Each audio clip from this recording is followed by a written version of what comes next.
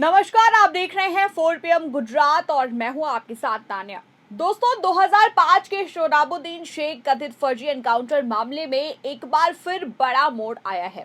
गुजरात के गैंगस्टर सोहराबुद्दीन शेख, उनकी पत्नी कौसर बी और उनके सहयोगी तुलसीराम प्रजापति की मौत से जुड़े मामले में बॉम्बे हाई कोर्ट के फैसले को अब सुप्रीम कोर्ट में चुनौती दी गई है।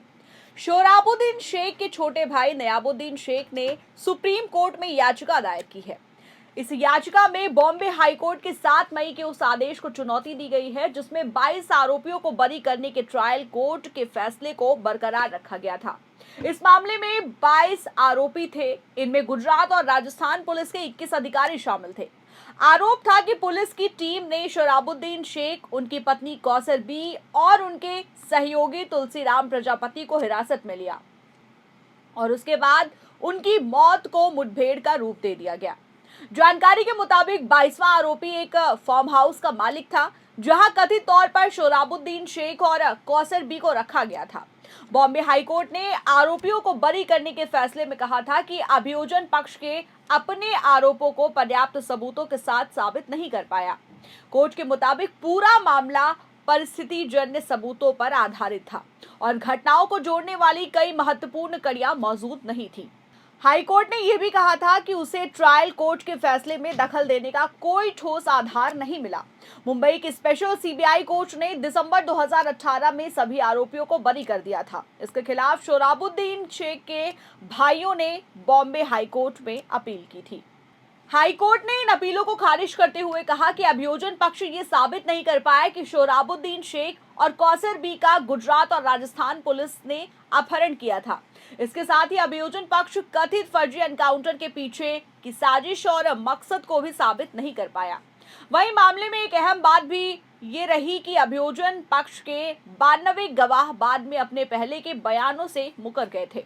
हाईकोर्ट ने कहा था कि केवल इस वजह से ये निष्कर्ष नहीं निकाला जा सकता कि ट्रायल सही तरीके से नहीं चला। स्पेशल ट्रायल कोर्ट ने भी आरोपियों को बरी करते समय कहा था कि अभियोजन पक्ष कोई ठोस मामला साबित नहीं कर पाया।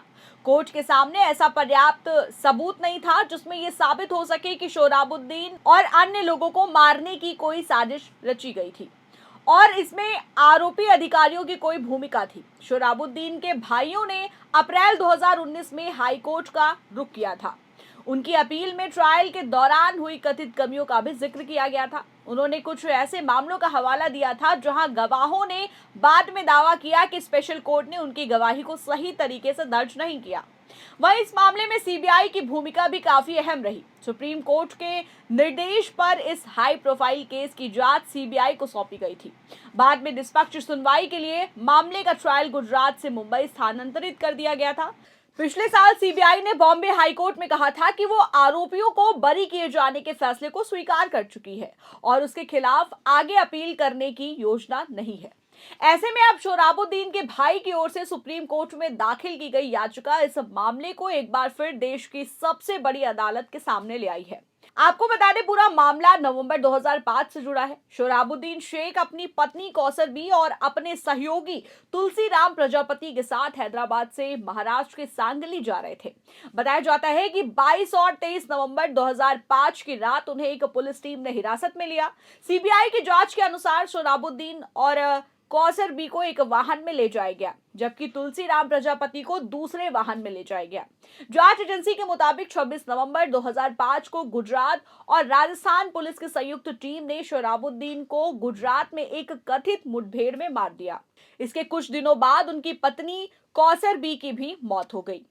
सीबीआई के अनुसार कौसर बी को भी कथित तौर पर पुलिस की हिरासत में रखा गया था और बाद में उनकी हत्या कर दी गई थी। इस मामले में तुलसीराम प्रजापति की मौत भी एक अहम कड़ी बन गई। प्रजापति को सोहराबुद्दीन मामले का महत्वपूर्ण चश्मदीद माना जाता था। दिसंबर 2006 में वो गुजरात राजस्थान सीमा के पास एक कथित एनकाउंटर में मारा गया। उस समय वो उदयपुर सेंट्रल जेल में बंद था। बाद में तुलसीराम प्रजापति की मौत के मामलों को भी सोहराबुद्दीन केस से जोड़कर देखा गया। साल 2013 में सुप्रीम कोर्ट ने प्रजापति के कथित फर्जी एनकाउंटर मामले को सोहराबुद्दीन केस के साथ जोड़ने का आदेश दिया था।